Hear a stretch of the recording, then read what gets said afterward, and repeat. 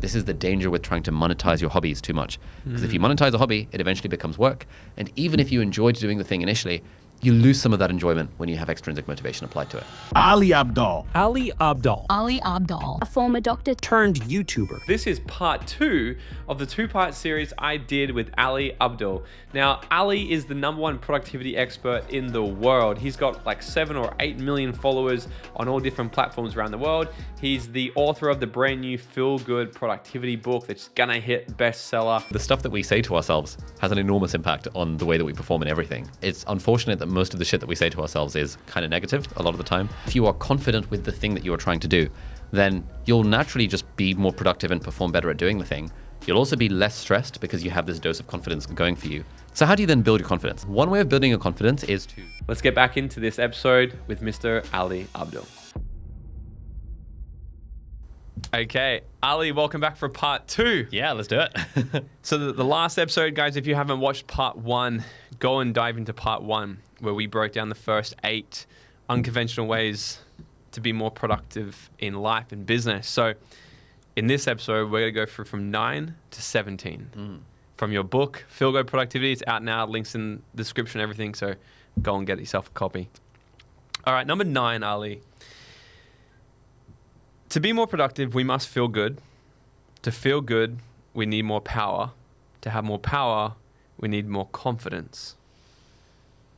Talk to us about what it's like to actually develop more confidence. One of the things you were talking about in your book was the study between different groups when they were primed for confidence and ones who weren't.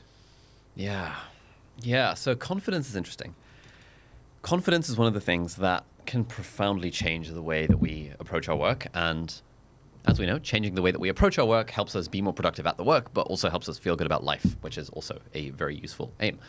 So confidence, how do we get more confident? There's some cool studies they've done where, you know, the one that comes to mind is one where they got these volunteers to go into a lab, an exercise lab, and they got them to exercise on these like exercise bikes and stuff. And then, half the group, they said, you guys performed above average, you're really good. And the other half of the group, they were like, you guys are a bit shit, you guys are below average, And then they got them to come back like a week later. The trick was there was no difference in performance between the two groups. They were just lying through their teeth, like the researchers. This is what they do in these sort of psychology studies. They tell you a lie and they see how that lie changes the way you behave. And so half the people were told that they were very good, and the other half the people were told that they were very bad.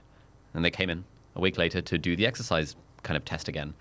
And they found that the people who told that they were good, the people who were primed with this dose of confidence, they actually performed better on the cycling task the second time around, and they enjoyed it more compared to the people who were told they were bad. They physically performed worse on the exercise task, and they also enjoyed it a lot less. And that's interesting, right? Because performance on an exercise task, initially you might think, well, it's an exercise bike, it's like the wattage is quite, it's based on your physical output. But it's not actually based on your physical output. Anyone who does any form of athletics knows that there's so much of a mental game involved in this. And actually, there are all these sort of mindset tweaks that you can make that genuinely change the way that your body actually physically performs. And we find that feeling as if you are confident at a thing profoundly changes the way that you approach the thing. So this applies to exercise, but it also applies to studying, it applies to work, it applies to business, it applies to literally anything else. If you are confident with the thing that you are trying to do, then you'll naturally just be more productive and perform better at doing the thing. You'll also be less stressed because you have this dose of confidence going for you. You also feel better about it because we tend to enjoy doing things that we feel confident in, and we tend to not really enjoy doing things that we feel unconfident in. So how do you then build your confidence? I guess that's the next question. One way of building your confidence is to do the thing multiple times.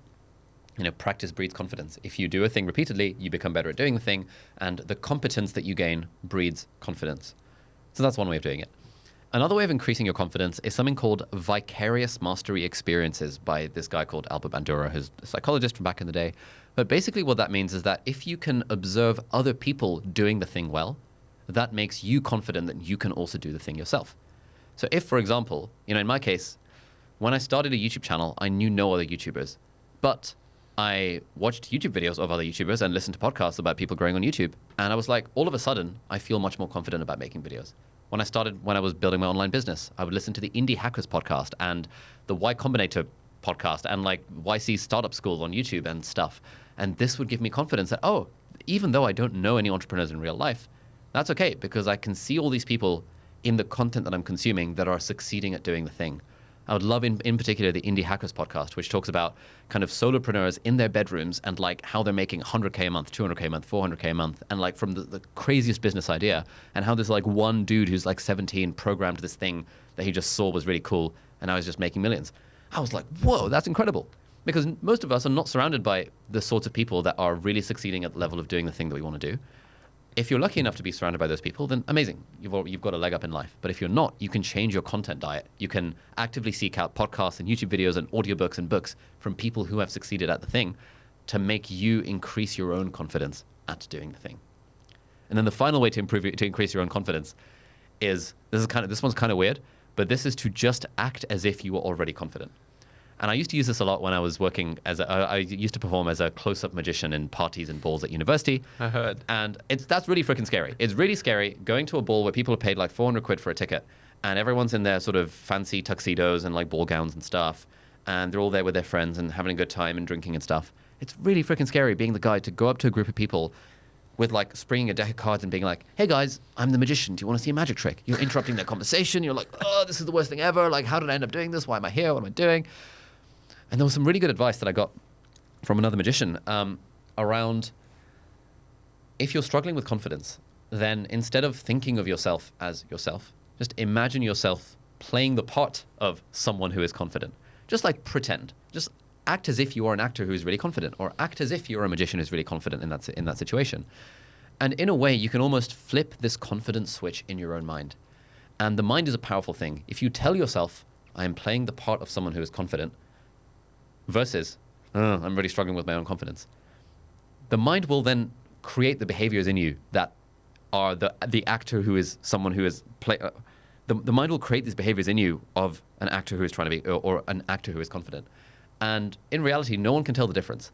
Maybe, yeah, sure, yeah, your mum who knows you really well can tell the difference between real confidence and fake confidence. Your mum who knows you really well can tell when you're putting it on. But like strangers that you meet at a party, no one can tell whether you're genuinely confident or whether you're just faking it. And so you can always just change the way, change your mindset on these sorts of things. If there's something that you're doing that you feel particularly unconfident in, try and kind of, pretend that you are actually more confident than you are and just sort of approach it as if you were confident. And B, try and actually just do practice and like surround yourself with examples of people who are doing the thing, because all of that is going to increase your own confidence. A friend explained to me one time, he goes, and this was the freaking best. He goes, you know how sometimes when you travel, he's like, when you travel, do you go out and party? And this was a long time ago, okay? He's, when you travel, do you go out and party? I'm like, well, yeah, of course. He goes, great. And do you pick up women? I said, well, yeah. He goes, how do you show up when you're traveling, especially solo, talking to random women at the bar? And I'm like, I'm a totally fucking different person. And he goes, bring that confidence into every meeting, bring that level of you into all the things you're doing here. I'm like, that's so true. Because when I would travel, it's almost like I had this attitude of like, I'll never see anyone here ever again. Yeah. And the thought of just not caring at all went. And the attitude of when I would pick up girls at a bar here or talk to strangers about my business, the lingering thought of, oh, but they might know me or whatever is there, and it blocked me.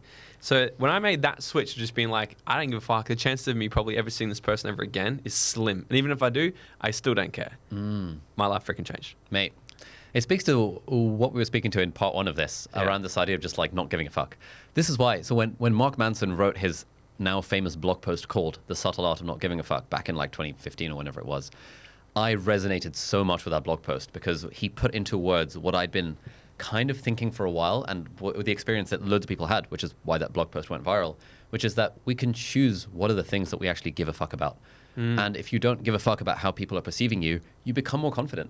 You know, obviously don't be a dick, but like you just become way more confident. If you quote, don't give a fuck about, I don't know, the performance of like the metrics on your latest YouTube video, or like whether or not you're going to close that one particular deal, like when you act in a way that you don't care about the outcome, you become way more confident and you perform way better at doing the thing. Like if you need to close that sales deal because your business is your business is on the line, that's a very different energy than if you're like, no, I can take it or leave it because like it doesn't make any difference to me one way or another whether I close this particular deal or not. Yeah. I think that thing applies to practically everything in life as well. Okay, so number 10. So I'm on the priming ourselves for confidence because I like that. So pretty much what you were saying. So part 9 of this was the things that people are essentially told before or after the thing that they're about to do will prime them for confidence or can prime them for unconfidence. So I'll share a quick story of my mentor, David. He said to me one time, I think it might have been climbing Mount Kilimanjaro, maybe another mountain. He said, when he was on the way up, it was grueling. It was horrible. And every person he would ask how much further to go, they would say, "You're so close. You're doing great. Keep going." He's like, "Okay." And he just got more and more excited. And he's like, "This went for days then." He's like, "Surely I can't be that close yet." And every person he went past, they would say, "Keep going. You're so close. Keep going. You know, you're nearly there." Get up to the top, took the photo. On the way back down, there was signs on the posts facing back to the people walking down that said, anyone asking how much longer, tell them you're so close, keep going, you're almost there. Nice. So everyone walking back down was saying these positive things to people when they were in the pits of freaking hell. And for someone who fucking hates hiking, I always think about that. I just actually imagine someone telling me, you're almost there, you're almost there, you're almost there. So have you got any hacks on how we can sort of prime ourselves or use this thing, essentially of things where feedback we're getting to prime ourselves with more confidence? Yeah. Oh man, I love that story. That's great. It speaks to, like, again, people will think that this is cliche shit, just think positively. But it's cliche for a reason, because it works. Like, thinking positively and telling and giving yourself positive encouragement and other people giving you positive encouragement makes an absolutely enormous difference in the way that we approach our work and in the way that we perform in literally anything that we do. If you're trying to do anything, especially as a beginner, if you're trying to do something you're not very good at yet, as a beginner at doing the thing, you need positive reinforcement and encouragement way more than you need constructive criticism, because you're just going to get way better by just doing the thing repeatedly. You know, if someone is, you know, in my case, people ask me for advice around growing their YouTube channels, and if often they're like, "Oh, you know, I want you to critique my strategy and my niche and shit." And you look at the channel and they've made 2 videos, and I know that, like, that's not what they need right now. Right now what they don't need is me telling them, like, have you really thought about whether you can really stand out in this niche? What they need is, look, you know, you've got 2 videos, keep going, just stay consistent. You got this. Like, this is really good. This is good stuff. And then we can start, like, once they get better at the thing, we can start being a bit more like constructive criticism-y with our feedback. And I think, like, we all kind of, a lot of us know this to be true when we're giving encouragement to our friends. Like, if you've got a friend who's, like, trying something new, and I don't know, maybe they're learning to ski, and maybe you're pretty good at skiing, and they're sort of finding themselves falling over and stuff, you know that the right thing to do is just give them encouragement and, like, help them get over that fear and help coach them through that process. But when it comes to talking to ourselves like that, we don't take that same advice. We don't treat ourselves as we would our friends.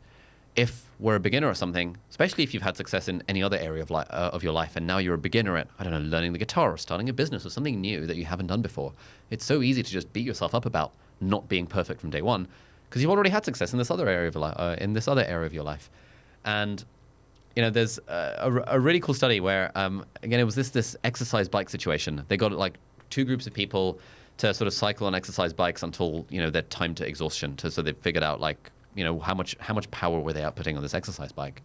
And one of the groups, they told them, whenever you're feeling stuck, whenever you feel like you want to give up, just, like, find a phrase and just repeat it to yourself. Like, you're nearly there. You got this. You can do this. You are powerful. Things like that. Things that sound corny as fuck when written on a motivational quote poster. That group were repeating that thing to themselves over and over again, and they performed better on the task. Their time to exhaustion was increased in that it took them longer of cycling. It took them more amount of time cycling to get to the same level of exhaustion. And that's really cool. Just by giving themselves positive encouragement in their head, they were able to increase their performance on this physically demanding task. That's pretty sick. It's the same thing as the Kilimanjaro example. Like, give yourself encouragement. Give yourself, like, little nuggets of positivity along the way. And, you know, there are some people that will listen to that or read that somewhere and will think, oh, fuck that, this is all just bullshit. Those people are probably not particularly successful in life. They're probably not where they want to be. You know, the people that look at self-help advice and kind of scoff at it usually are not the sort of people that you want to be listening to about, you know, how to be successful or how to achieve your goals or how to live a happy, fulfilled, meaningful life. Mm-hmm. The people that have done that and are living the sort of life where they think, you know what, I'm actually living a life that I love, tend to look at motivational quotes and think, yeah, I know what that's getting at. rather than looking at motivational quotes and scoffing at like how cliched that particular thing is. I love what you're saying. So here's the thing. I'll tell you a funny story. So when I first did, have you done Tony Robbins' UPW? No, I haven't done that one. I've done Okay, Day with well, Destiny and Business Mastery, yeah. So he does the Firewalk, right? And the only thing I'll give it away for you is he pretty much gives you a chant to say in your head. And you say, cool moss, as you walk across this fiery pit. And you don't get burnt. And when I'm a trainer of neurolinguistic programming and all this stuff as well. And when we're sort of investigating all of this, what actually makes up our internal perception, really, we've got three parts that makes our internal state. The things we focus on, our physiology, our body, how we're moving, our breathing, all these, and then our language, our internal dialogue. And what they noticed was, because they did a test on Tony's Firewalk, and they're like, oh, well, you're telling yourself cool. You're saying the word cool in your head, so you're saying it, then you're focusing on cool, not hot. So if you walked across the fire and you said, oh, this is really, really hot, oh my God, I'm going to burn, you'll probably burn, which is probably true. But then they test it. They're like, we wanted to test it if it's the word you say or if anything will work. So they replaced it with, oh shit, my feet are burning, quack, quack. Oh shit, my feet are burning, quack, quack. They realized they walked across it and still didn't get burnt. And then what they realized was they can actually say, you can say anything you want to just jam the internal dialogue. Because when we're going through hard things like the cycling so my example, hiking or cardio, I really don't like cardio. I think it's absolutely fucking horrible. I'd rather just not do it. I don't like it. And we went to Yosemite Park in California once, and my friend says to me, hey, let's go for a hike, and she loves hiking. She's like, yep, cool, let's go for a hike. And I got my mileage in kilometers backwards. So she goes, let's do this one. It's only about 9 miles. And in my head, I'm thinking, oh, that's 2.2 miles to a kilometer, but that's 2.2 pounds to a... Yeah. So I was like, oh, it's only like 4.5 kilometers. That's not that too far. Yeah, sure, let's go. Now we're about 4 hours into this hike. It's actually, I think about 9 miles is about 20 kilometers or something. It's massive. And it's up this huge hill through this fucking waterfall and everything. I'm 3 hours into this thing. I'm hating life, man. And I see a sign and it's like, you're out at the halfway point. I'm like, get fucked. I'm at the halfway point. And then I noticed, I was like, okay, here's the thing. I'm either going to leave the whole group and walk back down, and I'm still going to hate it for the next 3 hours walking back down, or I'm just going to finish what I started, do the whole thing, but what I'm definitely going to do is not continue with the same attitude. So I made up this thing in my head, and I said, I love hiking, and hiking loves me. Nice. I love hiking, and hiking loves me. And I would say it out loud. I love hiking, and hiking loves me. I love hiking. I kid you not, within 10 minutes, I'm jumping in puddles. I'm like, yeah. I was just so excited.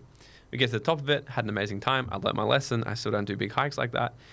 And I use this anytime I'm doing something that's mentally hard, that I'm not really enjoying, that I know I want to complete. Yeah. I'll pick something to jam my internal dialogue and prime myself because I understand how this works. And I did it a few weeks back. My friends invited me to our Saturday workout.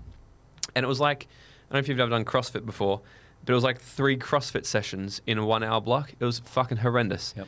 We get about 50 minutes into it. And I'm thinking, how I could just back out. Like, there's about 100 people in the class. I could just leave, just grab my keys. No one will even notice I left. I just, fuck this. And I did the same thing. I'm like, I love cardio and cardio loves me. I love cardio and cardio loves me. I smashed the last 10 minutes, had a heap of fun, then went back on this Saturday and we did the entire workout again. But this time when we completed it, I was like, are we finished already? Not only did I train a lot harder, but I enjoyed it. Because I was actually just aware of the things that I was jamming inside of my head. Because I think if we don't intentionally prime it with something, we leave it up to what our mind wants to do, which is always wanting to rest and chill and the latter, right? Absolutely. I started doing this. I was speaking to, this was our mutual friend, Chris Williamson, who was a podcaster. I asked him, Chris, man, how'd you do it? How'd you get it? How are you in such good shape? How do you get yourself to the gym and enjoy the shit? And he said something to the effect of, I've convinced myself that the pain is fun. Convinced myself that the pain is fun. I was like, okay, that's interesting.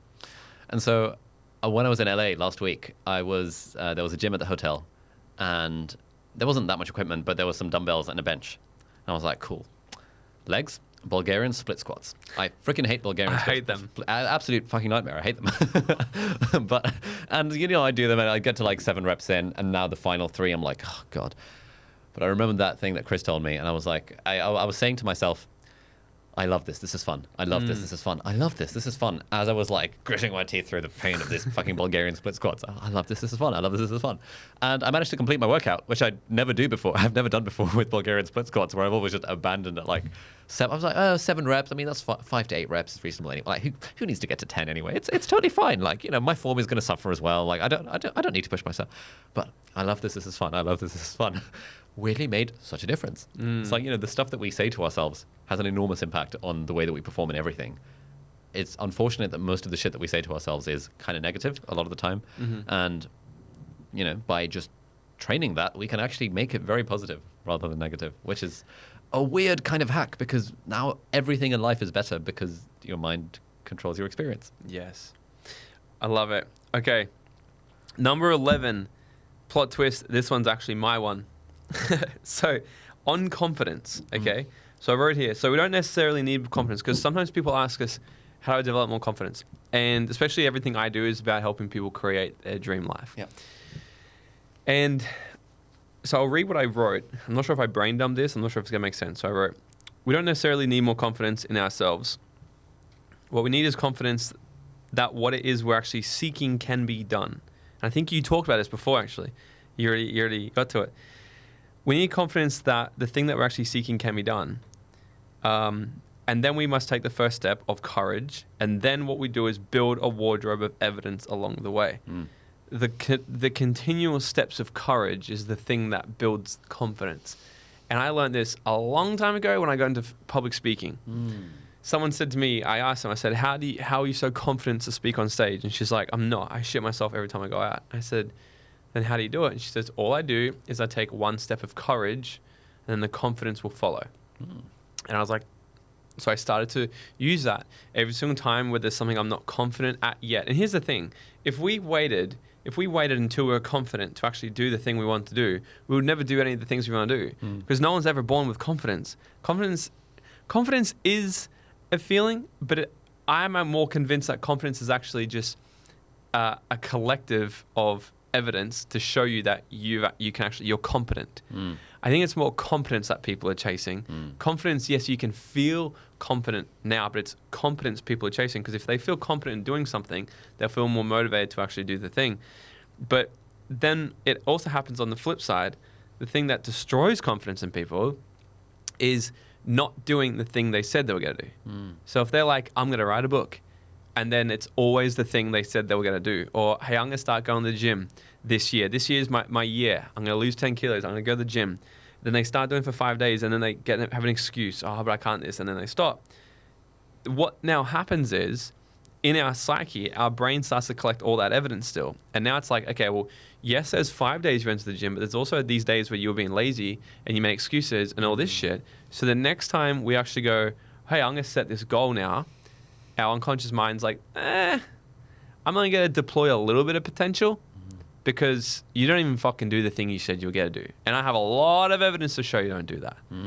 Because I think this is a thing that a lot of people struggle with, is actually collecting evidence. But then and I say this all the time, unless your goal is to actually colonize Mars, all you need to do is find someone who's already done the thing you want to do.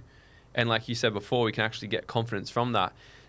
If it can be done for someone, you don't have to believe that you can even do it yet. We just have to believe that it can be done, and then have the belief that you can learn the skill set and the mindset to acquire that. Now the journey begins. What do you think? I love that. I think there's a lot of truth in that. The thing that came to mind as you were speaking was this idea that confidence is domain specific, in the sense of you can be really confident at, like, I don't know, the gym, but not very confident at, I don't know, public speaking, for example. It's not like a general trait of confidence that people have. So confidence is domain specific, but actually there is a domain general thing, which is the belief in yourself that you can get shit done. And if you have, for example, started your own business and been able to quit your job and been able to learn sales and marketing and copywriting and landing page design and web development and payment processing and all the shit associated with running a business, you've been able to teach yourself that. That gives you profound general confidence that you can figure shit out. So that the next time you're trying to do something, the mind is a lot less likely to say, oh, I can't figure this out, this can't be done. It's much more likely to say, I can I can figure out anything that I set my mind to. And I think that's, people sometimes are like ask the cliche question of like, Ali Abdaal, what's the secret to your success? And I'm always like, well, how do you define success in the first place? But if I was seriously answering the question, it would be, I think starting businesses from a young age, and actually, or rather at any age, starting a business forces you to learn skills.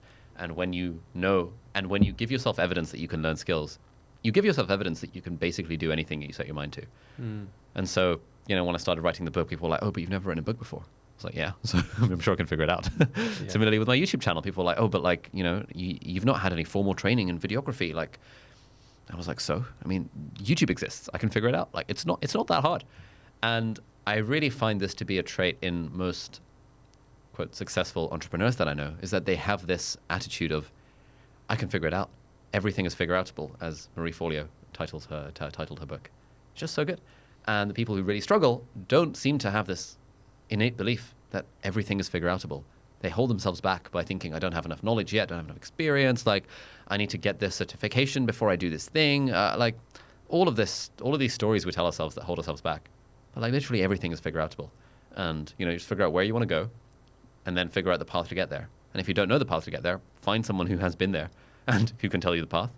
Or watch a YouTube video of someone who has been there and can tell you the path. Or read a book from someone who has been there and can tell you the path. And to your point, unless you're trying to colonize Mars, which is like, something that's not been done before, now you have to make up your own path. But again, hazard a guess that for literally anyone listening to this, the thing that you are trying to do has in fact been done before, and there is a path out there, and all you need to do is seek it out. I love this. All right, we're up to number 12. We've already touched on this. I can't remember if it was in this episode or in part 1. Extrinsic versus intrinsic motivation. Talk to us about what the difference is between these two. Because when you were writing, when I saw this in the book, I was like, that's interesting. I've definitely used more. I probably used a lot of extrinsic still. So talk to us a bit about both of these, extrinsic versus intrinsic motivation. Yeah. What's the difference and which one's more useful? Okay, right. So I'm going to explain this on 2 levels. So when it comes to thinking about motivation, there are sort of 2 levels to think about this. Level 1, which is what we're going to explain first, is extrinsic motivation and intrinsic motivation. Extrinsic motivation is when we are motivated to do something because of some kind of extrinsic or external reward, or to avoid some kind of external punishment. For example, I'm doing my job for the money, or I am studying this exam for the grades because those grades will get me into the good university or whatever the thing is. Or I am doing this thing because my parents want me to and they'll hit me with a stick if I don't do the thing. These are all extrinsic motivators. Intrinsic motivation, on the other hand, is doing something because you want to do the thing. It's like, I'm doing the thing because it's fun. I'm playing squash because it's fun. I'm not playing squash because it will make me healthier, which is an extrinsic motivator. I'm playing squash because I enjoy it. I'm not making a YouTube video because it will make me money. I'm making a YouTube video because I just want to make a YouTube video. Intrinsic versus extrinsic motivation. Now, again, we're still at level 1 here of our understanding of these 2 things. Generally, there's like 2 things that we need to know about these things. Intrinsic motivation is way better than extrinsic motivation. If you are doing something because you actually want to do the thing, rather than because there's some sort of external outcome associated with you doing the thing, you're way more likely to do it, and you're going to be more productive at doing it, and you're going to enjoy it more, and you're going to be more creative, and you're going to be less stressed. But key insight number 2, again, this is still level 1, is that when you add in extrinsic motivation to intrinsic motivation, you lose the intrinsic motivation. So what this looks like in practice is if, for example, you really enjoy playing the guitar, but then you make playing the guitar your living, and you start having to make money from playing the guitar, you would think, oh, I'm playing the guitar and I'm making money. Life is great. But no, that's not how it works. When you get paid for doing something, it sucks some of the joy and some of the intrinsic motivation out of doing that particular thing. This is the danger with trying to monetize your hobbies too much. Because if you monetize a hobby, it eventually becomes work. And even if you enjoyed doing the thing initially, you lose some of that enjoyment when you have extrinsic motivation applied to it. So level 1 understanding is let's try and find ways to be intrinsically motivated to do the things that we know we want to do. Let's find a way to enjoy the process of going to the gym. Let's find a way to enjoy the process of making sales calls or doing that PowerPoint presentation or studying for that exam. If we can find a way to make it fun, at that point, we're tapping into intrinsic motivation, which means we're more likely to do it. So that's level 1. Shall we go to level 2 as well? Let's go. Level 2, extrinsic, intrinsic motivation, recognizes that is oversimplifying it. And in fact, there are 3 different forms of extrinsic motivation. And some of them are better than others. So all the way on one end of the spectrum, you have fully external motivation. The only reason I'm doing this thing is because of the reward associated with it, or because of the money, or because of the whatever. Then you have the second type of extrinsic motivation, which is called introjected motivation. This is the motivation of guilt and shame and coercion, of like, you know, I really should study for that exam because my mum and my dad would be incredibly disappointed if I didn't. Like, they have sacrificed so much for my education, and I wouldn't be able to live with myself if I didn't give it the best shot.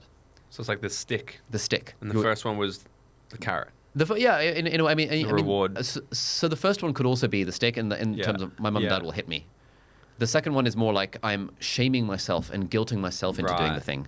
Okay. So it's like still extrinsic motivation, but it's a little bit more like it comes from within rather than from without. But I've generated this feeling of guilt and shame of like, oh, I have to do this thing, otherwise I'll feel guilty if I don't. What's up, Dream Nation? Have you ever wondered how far ahead your life would have already been if you had got access to this type of content at a younger age?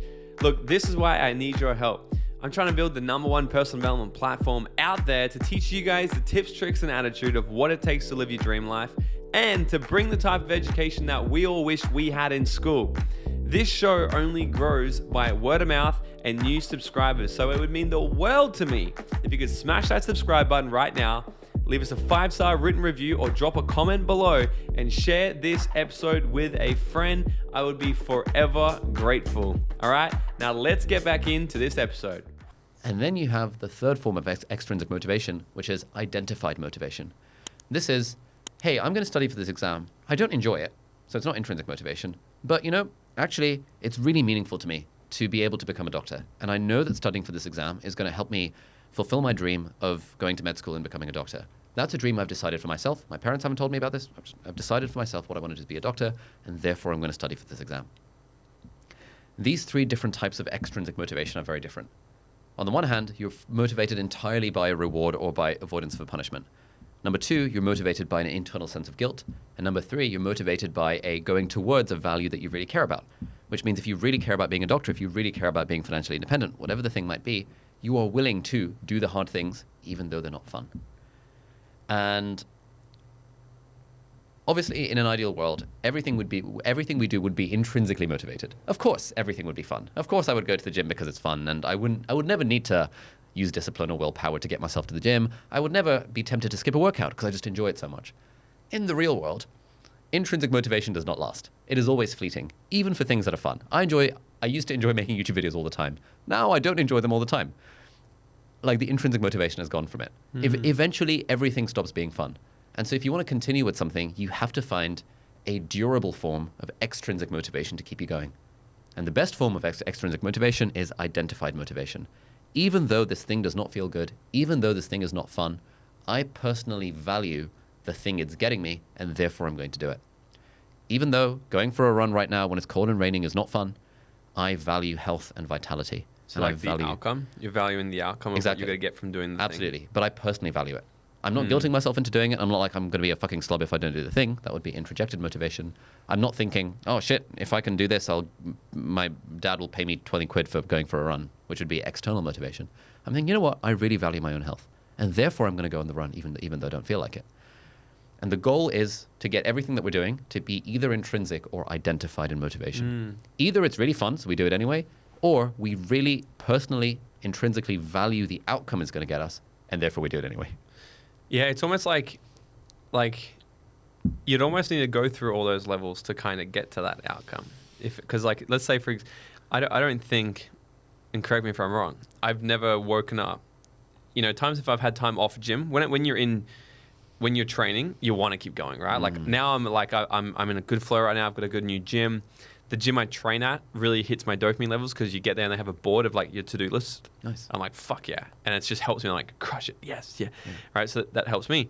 But when I'm not training for a while, I definitely like my motivation to get up is you got to fucking get up because you got to turn into a fat fuck.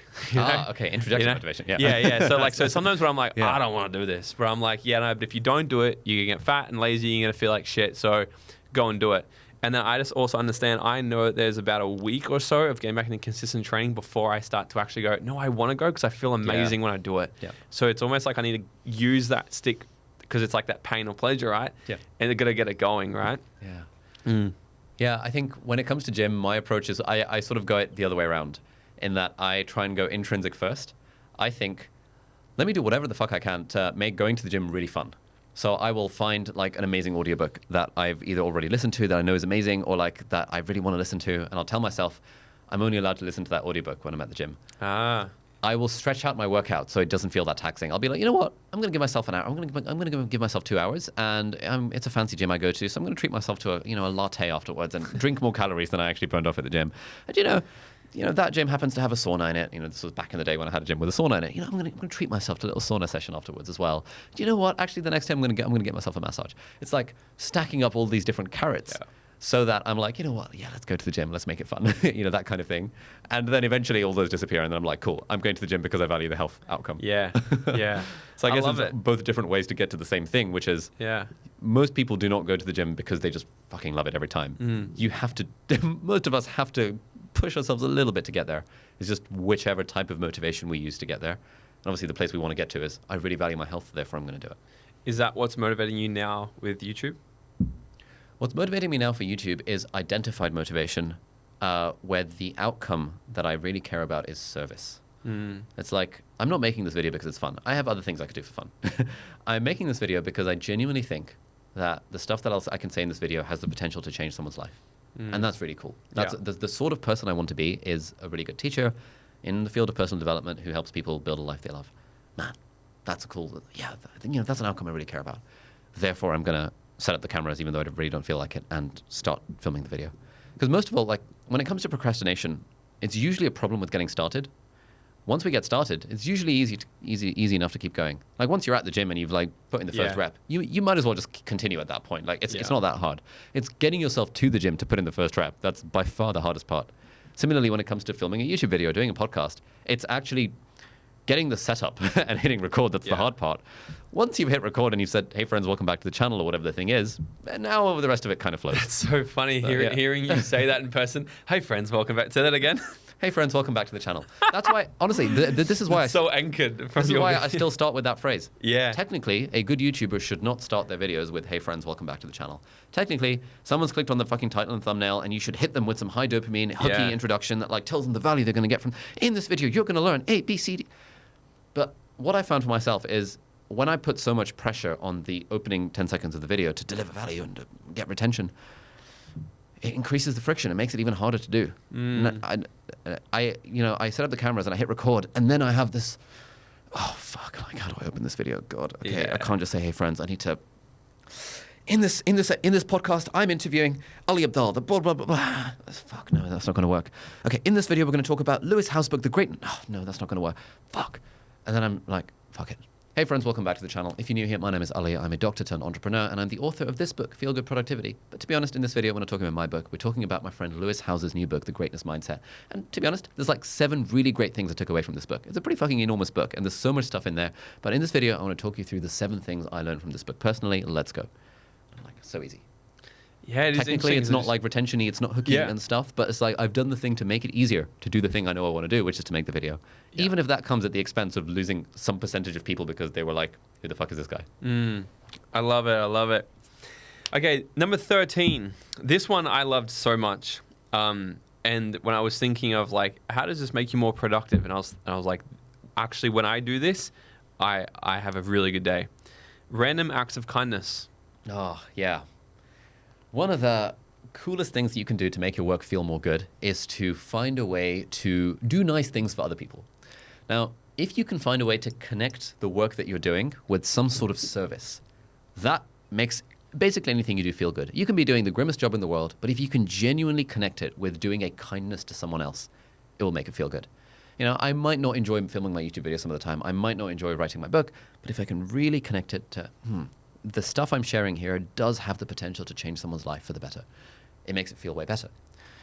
So that's one way of doing it, by directly connecting the thing that you're doing with this, service-based outcome. But the other way of doing it is within the course of your work, just like doing nice things for people in an incidental way.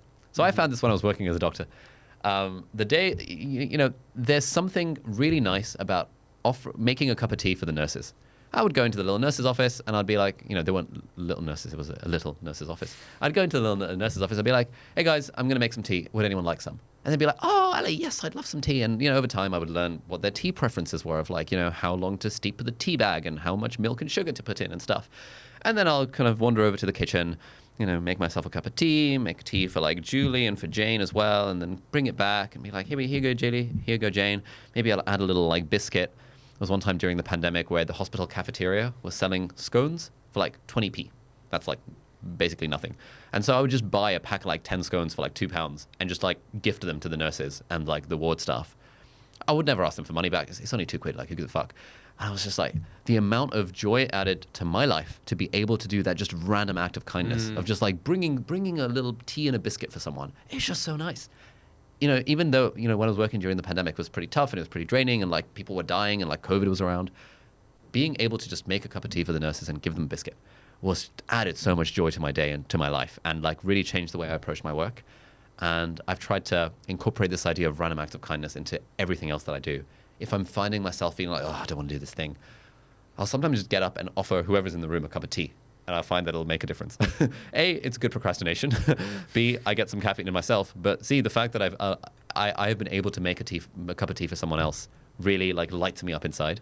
And if we can find a way, whatever work we're doing, to inject these random acts of kindness for the sake of someone else, with the expectation of nothing in return, we find it massively boosts our own energy as well.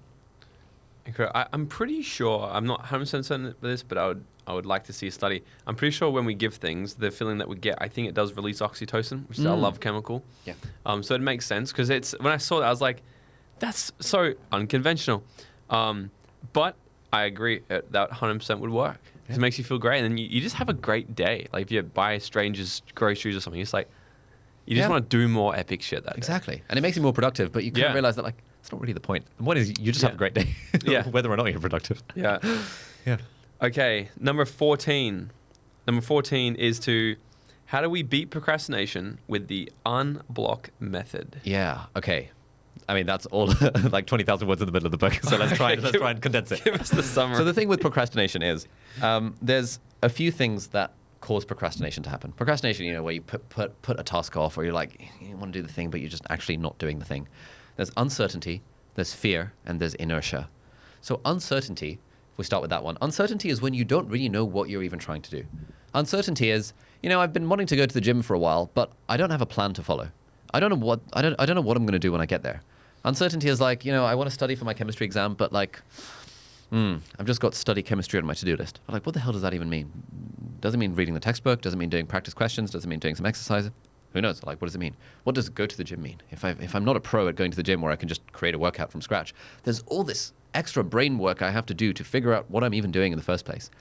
And so antidote number one to procrastination is to get clarity, to just be very clear on what you're trying to do, why you're trying to do it, and when you're going to do it. And this is, the what and the why is like, what specifically am I doing? Why am I doing it? It's very useful to have a strong why behind why you're doing stuff. Sometimes you won't, but you can always connect it. Like, I don't have a strong why for why I want to pay my bills other than that I don't want to go to prison. So that's a reasonable why.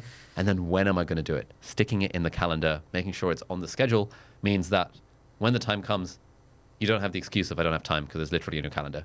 And at that point, you get the other blockers of procrastination. But I think uncertainty is the first one that loads of people like get themselves into. And if there's only one thing people take away from this, it's that whenever you feel like you're struggling with procrastination, spend like 30 seconds thinking about what you are actually trying to do and making sure it's very clear in your head what you're trying to do and when you want to do it. This is amazing. Number 15, setting, and I like this because I've grown up with SMART goals. Yeah. And I actually hate SMART goals. I don't like them. So you talk about setting nice goals. Yeah. What are nice goals? Yeah. So when it comes to setting goals, you could set SMART goals if you want. Specific, measurable, assignable, or achievable, or ambitious, depending on who you ask. Realistic, time-bound. Again, people change up the R's and the T's. But this was some management consultant in like 1981 who came up with this and stuff. And, in fairness, there have been a lot of studies that show that SMART goals are effective. in terms of helping people increase their performance. I guess I don't like them because one of the words is realistic. I just don't like realistic. It's like why is it realistic to get a whole bunch of metal, put some big fucking fans in it, and then carry people onto the other side of the world?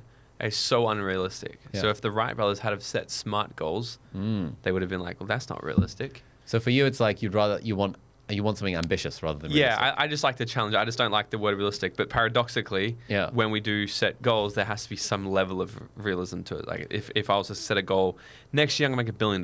Like, come on, Morgan. Yeah. Like, sure. not to be negative, but come on, like be somewhat realistic. Realistic, sure. Yeah, so I think it was Michael Jordan said about setting stretch goals. So, so set a goal so big that it should be a little unrealistic, and then set it just a little bigger. Yeah. Because you just, like we were saying before, like you might just hit it. You demand more from yourself than what you would have otherwise. Yeah. So the nice goals philosophy is actually the complete opposite of this.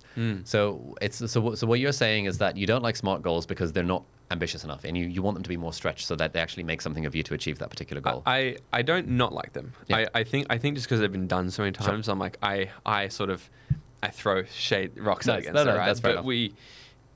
It's kind of like I'm not a huge fan of it. But on one hand, it still works. Yeah. So my approach with nice goals is actually to lower the bar even more. Because the issue with smart goals, or rather the issue with ambitious goals, is that if you're a beginner at something, setting an ambitious goal is usually, for a lot of people, counterproductive. If I've never been to the gym before, setting myself the goal of hitting 80 kg on my bench press, like, I've never even been to the gym before. Sure, I can make it specific and measurable and achievable and realistic and time-bound, or maybe I'll make it 60 kg because it's more realistic. But, that sort of goal does not motivate someone who's never been to the gym. The sort of goal that motivates someone to go to the gym is, I'm just going to go to the gym twice a week and try and have fun while you're there. That's a really nice goal for someone who is a beginner to going to the gym, because it helps them build the habit.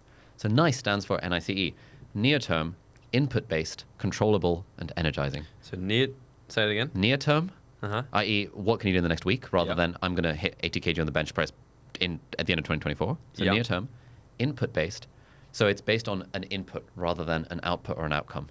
So instead of I'm going to hit 10,000 subscribers, which is an outcome that's out of my control, it's an input. I'm going to make one video a week. Or I'm going to spend 2 hours a day writing my book. Or I'm going to do 500 words a day. Or I'm going to go to the gym. Or I'm going to go to the gym and do 10 sets of anything.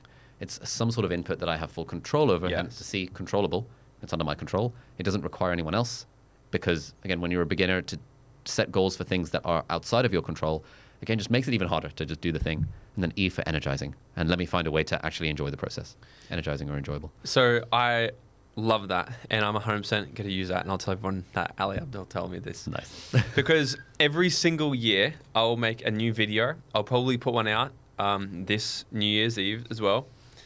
I've made a video for maybe like last 4 or 5 years saying, don't set big goals this year. Nice. Because I 100% agree on that. Yeah. Because 99% of people aren't in the habit of actually having good goal setting. They don't have that confidence to go to snowball it. Because I 100% agree. Because if they start January 1, I think this is why a lot of people fuck up their New Year's resolutions, because they go, haven't worked out for the last 20 years. Okay? We keep using health. Let's say, I'm going to start a business. I've had a job for the last 20 years. I've never picked up a personal development book. This is the first podcast I've ever listened to, and I've got no fucking idea. So this year, I'm gonna make $1 million my first business this year, because I'm gonna set a smart goal. No, that's it's horrible, because there's no foundation there. There's like, they'll start, and it's just like they start building their tower and it just falls over. So that's why I love the nice goals, because it's like set them as an actual foundation. Because I actually say this a lot. It's like set something that you said near, right? So I'll often refer to, like, if it's the gym. Instead of going, I'm going to lose 20 kilos this year, that's set the goals so that the outcome of the thing you do, the outcome of the behavior you do, is the actual goal you want. So it's like, so it should be, okay, well, the nice goals would be, okay, I'm just going to commit to going to the gym once a day. And at the gym, I'm going to do the 30-minute this, and this. For no other reason than to just build the habit of doing the thing I know that if I do repeatedly over time will get me the thing I ultimately want. Absolutely. And then once you've got the foundation of consistency, at that point, sure, let's start changing up your form. Let's start shooting for 40 kg on the bench press and then 45. But like, until you've built the habit of consistency, all of that shit is like, for a lot of people, counterproductive. And I think in your case, like you're already pro at this stuff. So for you, setting ambitious goals is like, I want to, I want to reach 1,000 people at my next event, but actually that's kind of too easy. Let's go for 2,000. But if someone's never done public speaking before, trying to think about like a stretch goal of like 1,000 people at my event is completely counterproductive. And so something more like nice goal, like every week I want to ask someone on the street for the time at least once. Great. That's nice. And I want to try and enjoy the interaction. Let's make it enjoyable. Like, I cool. love that. I love it. It's almost like there's two parts of like seasons. Like if you're starting like a new habit or a new, you should start with that. Yeah, 100%. I love it.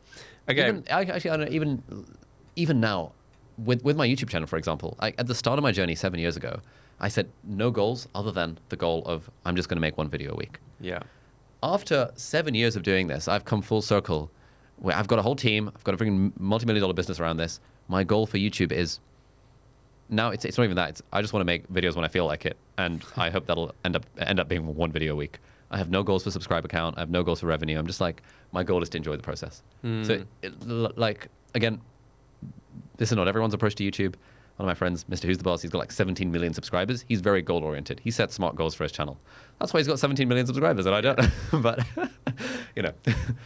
different strokes for different folks. Yeah. Okay, number 16. We're nearly at the end here. Number 16, you have already kind of mentioned this. So tell us, what is the 10-10-10 rule? The 10-10-10 rule. This is great. This is a great strategy for overcoming fear when it comes to letting the mind and letting our fear of judgment from other people get in the way of doing the things that are going to help us live our best life. The 10-10-10 rule is basically this. Ask yourself, will this matter in 10 minutes? Will this matter in 10 weeks? Will this matter in 10 years? And usually the answer to at least one of those questions is no, probably not. And so what that usually means is, it's a way of us recognizing that we tend to overweight the fear of judgment from other people. Like, people will judge me negatively if I do this thing, if I start my blog, if I start this business, if I go part-time in my job so that I can do sales calls on the way. Like, whatever the thing might be, we have this fear that people are going to judge us. We need to remember that no one gives a fuck. No one cares. People are too busy thinking about themselves to worry about what we're doing in the first place. But B, most things don't matter in the long term. Again, right now I've been I've been seeing some negative reviews of my book coming out where some people are like, some people don't like it. And the default is for me to think, oh fuck, like, I start feeling the internal sensations of like discomfort and like fear and like shame and judgment and all that kind of stuff. And, I know the 10-10-10 rule, so I have to remind myself, will this matter in 10 minutes? Yeah, probably, because, the book's going to be out for more than 10 minutes. Will it matter in 10 weeks? Well, honestly, probably not. Like, in 10 weeks, the way the book is performing is not really going to be dependent on a few negative reviews. Will it matter in 10 years? Definitely not. Like, what's a book that's been like, 4-hour work week's been out for 10 years. Who gives a fuck if it got negative reviews in its first year of publication? It still changed loads of people's lives. Great. I don't need to worry about this anymore. And just running through that process helps me whenever I feel fear of judgment as being a thing in particular that's getting in the way of what I want. That's incredible. Dude, we've come to the end. For the 17th, what I do want to say, before we dive into the 17th, it's important that the viewers do a couple things. Number one is get Ali's book. It's out now. Appreciate it. Go and get it. It's a badass book. Another thing to do, subscribe, because we've got a part 3 coming out. Yeah. Kinda. Where I want to sit down with you and learn everything there is, teach these guys everything there is to know about how you've built a multiple $1 million YouTube business, really. Like, you're the number one productivity expert in the world. There's definitely some things there. So if you guys want to see that episode, make sure you subscribe and check it out, because it's going to be dropped, I think, probably the week after this one. Nice.